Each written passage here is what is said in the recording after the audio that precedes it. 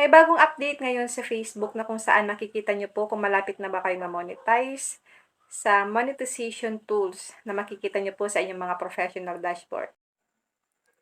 Punta lang tayo sa ating Facebook, click 3 lines, click professional dashboard, scroll up, click monetization.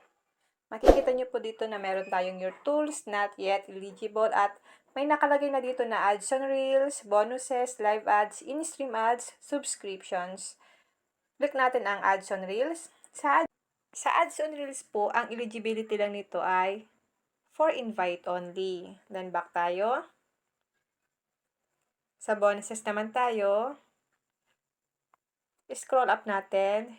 Yung eligibility criteria po nito, for invite only rin. Parehas po ng ads on reels ang kanyang eligibility criteria. Dito naman po sa live ads, may mga criteria ito guys na pwede natin siyang ma-meet.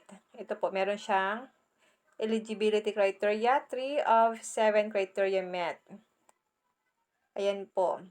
Makikita nyo dito na you reside in an eligible country, you follow Facebook, content monetization policies.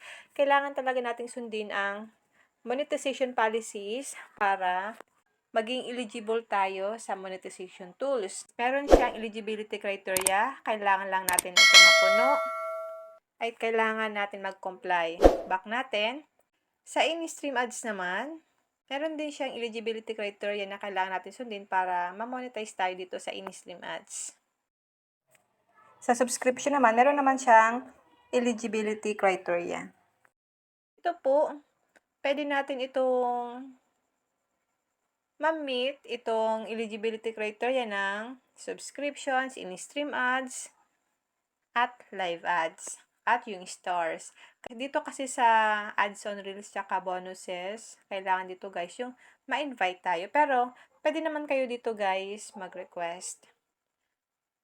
Yun lang guys, sana po may natutunan kayo sa aking video. Kung hindi ka pa naka-follow sa aking Facebook page, pa-follow po ako Positive Mind at sa aking YouTube channel, RK Willow, para lagi kang updated sa lahat ng tips at video tutorial na ina-upload ko. Mag-comment ka lang sa comment section kung may mga tanong kayo against my video. Sasagutin ko po yan sa abot ng aking makakaya. And now, thank you for watching. God bless you all.